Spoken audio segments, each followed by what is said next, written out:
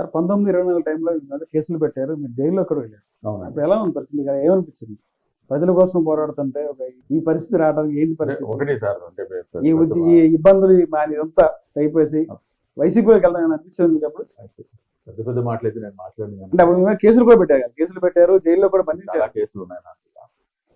ఒక తీవ్రవాదిలా కూడా చూపించారు, క్రియేట్ చేశారు. అవును, మీ గెటప్ మీదంతా చూసి జైల్లో కూడా వెళ్ళారు మీరు. అదే అది మా దౌర్భాగ్యం అనుకోండి. ఒక ముస్లిం ఏంటంటే ఆహార్యాన్ని చూసి అలా చెప్పడం అది చాలా దారుణం అది. బట్ సబ్ జైలుకు సబ్జెక్ట్ కాదండి, Kadapa central jail. Central jail. అందులో నేను ఒక విషయం చెప్తాను సార్, అందులోనే, ఎందుకంటే నాకు పోలీస్ స్టేషన్ అంటే తెలియదు. 2019 కన్నా ముందు నా మీద ఒక చిన్న కేసు లేదు, కనీసం నేను పోలీస్ స్టేషన్కి వెళ్ళడం కూడా నాకు తెలియదు. అటువంటిది నాపై ఏకంగా మీరు కేసులు పెడుతున్నారు, సరే వాటిని ఎదుర్కొంటాం. సడన్ గా ఒకరోజు ఒక వ్యక్తిని పరామర్శించడానికి వెళ్తుంటే నేను వస్తే అక్కడ ఇష్యూ జరిగిద్దని చెప్పేసి తీసుకెళ్లి కూర్చోబెట్టి 307 అని చెప్పి లోపలికి వెళ్ళినప్పుడు మట్టుకు చాలా, అంటే కుంగి కుషించిపోయాను. సమస్య లేదు, మానసికంగా చాలా డౌన్ టు ఎర్త్ లోకి వెళ్ళిపోయింది నా కాన్ఫిడెన్స్ లెవెల్. ఏంటిది, ఎందుకంటే నా ఫ్యామిలీ ఉంది, పిల్లలు ఉన్నారు, ఏంటి అసలు ఇది, ఎందుకు మనం ఇదంతా అని చెప్పి. కానీ లోపలికి వెళ్ళిన తర్వాత బ్యారక్ లో చాలా మంది ఉన్నారు. లోపల అడుగు పెట్టిన తర్వాత ఎవరో ఇద్దరు వస్తున్నారు, ఏదో పెద్ద పెద్ద తీవ్రవాదులు ఏంటి అన్నట్టు అంతా మంచి సువాసన కొడుతుంది, ఏంటి అందరూ పరిచయం చేసుకున్నారు. నేను మర్డర్ చేశాను జైల్లో. అంటే మనం ఇమ్మీడియట్ గా అందరినీ కలిపేసుకున్నాగా లోపలికి వెళ్ళిపోయి వీళ్ళందరూ వచ్చి పరిచయం చేస్తున్నారు. నేను సీను అన్న, నేను ఇలాగ 4 మర్డర్లు చేశాను, నేను ఇలా రేపులు చేశాను, నేను వీళ్ళకి ఇది చేశాను, అది చేశాను. మొత్తం అయిపోయిన తర్వాత వాళ్ళు అన్నాడు, ఇదంతా బాగానే ఉంది, మీరేం చేశారు చెప్పండి అని. ఆ క్వశ్చన్ అన్న, నా యొక్క కాన్ఫిడెన్స్ అధోపాతాళంలో ఉన్నటువంటి కాన్ఫిడెన్స్ నే 7వ ఆకాశానికి లేదు. నేను నా లైఫ్ లో మర్చిపోలేను ఆ సంఘటన. ఆ రోజు నేను ఫీల్ అవ్వడం నేను మానేశాను. ఒక్క థింగ్ అయితే నేను మర్చిపోను, జైల్లో ఉన్నంత వరకు 4 రోజులు అల్లాడిపోయాను ఇంట్లో మాట్లాడటానికి. ఎందుకంటే మాలాంటి వాళ్ళు ఏంటంటే ఫ్యామిలీతోనే ఎక్కువగా ఇది ఉంటారు కాబట్టి, చిన్న చిన్న పిల్లలు, ఇంట్లో భార్య, వీళ్ళతో మనం అప్పటికే జస్ట్ ఈ కరోనా సెకండ్ వేవ్ లో మదర్ పోయి ఉన్నారు. ఇదంతా ఉండి నా మీద అది మట్టుకు బాగా ఒత్తిడిని పెంచింది. కానీ ఆ ఒక్క క్వశ్చన్, మీరు ఏం తప్పు చేశారు, నేనేం తప్పు చేశాను వీళ్ళకి చెప్పాలి కదా అన్నట్టుగా అప్పుడు ఇదంతా చెప్తున్నాను. నేను ఎందుకు ఫీల్ అవుతున్నా, నేనేం చేశాను, నేను తప్పు చేయలేదే. బయటకు వచ్చిన తర్వాత నేను ప్రెస్ మీట్ లో అదే చెప్పాను. నా మీద ఉన్న కేసుల్లో ఒక్క కేసునైనా కానీ ప్రూవ్ చేస్తే జీవితకాలం మొత్తం కూడాను జీవిత ఖైదు అనుభవించాలని నేను సిద్ధమైతే. ఈ రకంగా అబద్ధాలు, ఒక నీతి నిజాయితీ లేకుండా ఈ రకంగా కేసులు పెట్టి వాళ్ళ యొక్క వాయిస్ ని అణిచివేయాలని చెప్పేసి ప్రయత్నం చేయడం అనేది దుర్మార్గం. ఈ దుర్మార్గం వైఎస్ జగన్మోహన్ రెడ్డి గారి ప్రభుత్వం కేవలం నా అంశంలోనే కాదు, ప్రతి చోట కూడా ఇలాగే చేసుకుంటాడు.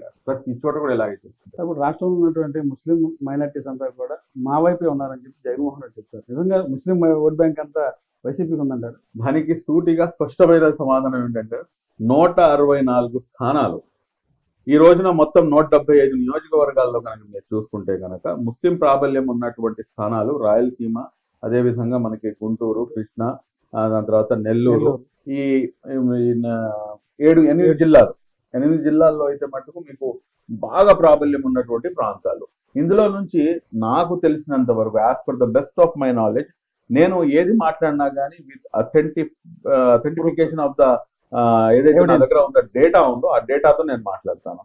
దాదాపు 50,000 కన్నా ఎక్కువ ఓట్లు ఉన్నటువంటి నియోజకవర్గాలు ఈ రాష్ట్రంలో 20 ఉన్నాయండి. ముస్లిమ్స్ అంటే అక్కడ మీరు సీట్ ఇస్తే ముస్లిమ్స్కే ఇవ్వాలి, అటువంటి నియోజకవర్గాలు అనమాట. సరే, అది మా దౌర్భాగ్యం, అక్కడ నాయకత్వం అనేది లేకపోవడం. కానీ ఈ రోజున ఇంత పెద్ద 20 నియోజకవర్గాలు ముస్లిమ్స్ ఉండి వాళ్ళు ఓటు వేయకుండానే జగన్మోహన్ రెడ్డి గారు ఓడిపోతారా? వాళ్ళు ఓటు ఇటువైపు కూటమి వైపు తిరిగింది కాబట్టి గత 5 ఏళ్లలో చాలా అగ్రభాగం తీసుకొచ్చాము రాజకీయంగా. ఏం తీసుకొచ్చారండి? నేను పదవులు కూడా చెప్తారు సార్. చూడండి సార్, టీడీపీలో ముస్లింస్ గుర్తింపు ఉందంటారా? చూడండి, టీడీపీ గుర్తింప లేకపోతే వైసీపీ గుర్తింప కాదండి. ఇది గుర్తింపు లేనితనం ఏదైతే ఉందో అది ఆ సామాజిక వర్గం యొక్క ఎవరైతే నాయకులు ఉన్నారో వాళ్ళకి. పొలిటికల్ పార్టీస్ ఏమున్నాయండి, వాళ్ళకి కావాల్సింది ఒక ఫేస్ కావాలి, అంతేగాని దానికి పొలిటికల్ పార్టీస్ కి దానికన్నా ఎక్కువ కాదు. నేను ఈ విషయంలో మట్టుకు నేను టీడీపీ అని చెప్పేసి నేను ఇది తీసుకోను, లేకపోతే అంటే వైసీపీ అని మీరు తీసుకోను. మైనారిటీ పరిరక్షణ సమితి ఉండు ఒక హక్కుల గురించి పోరాడుతూ కూడా గత 5 ఏళ్లలో కూడా ఒక మీరు టీడీపీని వెంకటేశ్వర మాట్లాడారు. జగన్మోహన్ రెడ్డి ఏ రోజు గారు జగన్ ఏ రోజు గారు ఎండగట్టారు, ప్రజా సమస్యల మీద కానీ పోరాటం చేశారు. అందులో సమస్య లేదు. మీ హక్కులు పోరాట సమితి వేరు, పార్టీ వేరు, రాజకీయం వేరు. నేను మీకు ఇదే స్పష్టం చేస్తాను చూడండి సార్. ఒకటి, నాది ఒక ఆర్గనైజేషన్. నేను ఒక ఆర్గనైజేషన్ రన్ చేసేటప్పుడు ఏదైతే ఈ రాజ్యాంగ వ్యవస్థ ఉందో ఈ వ్యవస్థలో ఓటు అనేది ఒక అల్టిమేట్ ఆయుధం. ఆ ఆయుధాన్ని నేను ఉపయోగించుకోవడానికి నాకు అవకాశం లేదు. నేను జనాల్ని మెస్పరైజ్ చేయగలను, లేకపోతే చైతన్యపరచగలను, వాళ్ళని వాస్తవాలు ఏది ఉన్నాయో వాళ్ళ ముందుకు తీసుకెళ్ళగలను. ఇప్పుడు మీరు అడగవచ్చు, మీరు ఒక ఆర్గనైజేషన్ లో ఉంది, మీరు ఒక పొలిటికల్ పార్టీకి ఎలా సపోర్ట్ గా ఉంటారు? ఇదే కదా అదే మా ప్రశ్న. సార్, రాజ్యాంగం నాకు హక్కు ఇచ్చిందండి, నాకు ఆ హక్కు ఉంది. అలాంటప్పుడు మీరు టీడీపీ జెండా నేనే వేసుకోను, నాకు అవసరం లేదు. నాకు పార్టీ అవసరం, పార్టీతో నాకు సంబంధం లేదు. I'm not in the political. Telugu Desam పార్టీలో నాకు ప్రాథమిక సభ్యత్వం కూడా లేదు.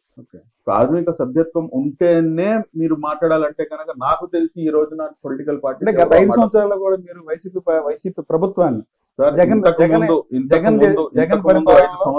ఎన్నో ఉద్యమాలు చేశారు, కేసులు కూడా పెట్టించుకున్నారు, జైలు కూడా లేరు. అవునండి. ఇంతకు ముందు కనుక మీరు చూస్తే కనుక 2014 నుంచి 2018 వరకు, 19 అన్నా నేను 18 వరకు ఇదే తెలుగుదేశం పార్టీకి వ్యతిరేకంగా పనిచేసిన వాళ్ళలో అదే టాప్ 10 లిస్ట్ లో నేను కూడా ఉంటాను.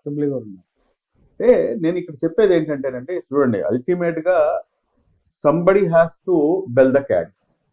ఇప్పుడు ఏదైతే నాకు రావాల్సినటువంటి హక్కులు ఉన్నాయో ఆ హక్కులు సాధించుకోవాలంటే కనుక నాకు రాజకీయ పరంగా నాకు ఏదో ఒకరితో నేను ఇంటికి ట్రావెల్ అయ్యి నేను ముందుకు వెళ్లాల్సిందే. రాజకీయంగా నేను ఎప్పటివరకైతే నేను దృఢపడలేను అప్పుడు దాకా నేను హక్కులను సాధించుకోలేను. ఇటు చూస్తేనేమో నాది పొలిటికల్ పార్టీ కాదు. మరి అలాంటప్పుడు నేనేం చేయాలి? ఇప్పటికి కూడాను నాకు పొలిటికల్ పార్టీ, నాకు తెలుగుదేశం పార్టీలో అఫిలియేషన్ లేదు, తెలుగుదేశం పార్టీలో నాకు సభ్యత్వం లేదు. నేను ఈ రోజున నేను తెలుగుదేశం పార్టీకి అని చెప్పడం కన్నాను, నారా చంద్రబాబు నాయుడు గారి యొక్క ఏదైతే విజనరీ ఉందో, ఆయన చూసినటువంటి ఏదైతే కళలు ఉన్నాయో, లేకపోతే ఆయన 2019లో ఓడిపోయిన తర్వాత, అంటే మేజర్ గా మీరు అడగలేదు బట్ నేను చెప్తున్నాను మీకు, 2019లో ఆయన ఘోర పరాజయం చెందిన తర్వాత, ఇంత వ్యాస్ట్ ఎక్స్పీరియన్స్ ఉన్నటువంటి నాయకుడు ఆయన ఓడిపోయిన తర్వాత నేను ఇంటికే పరిమితం అయిపోతాడు ఆయన అనుకున్నాను.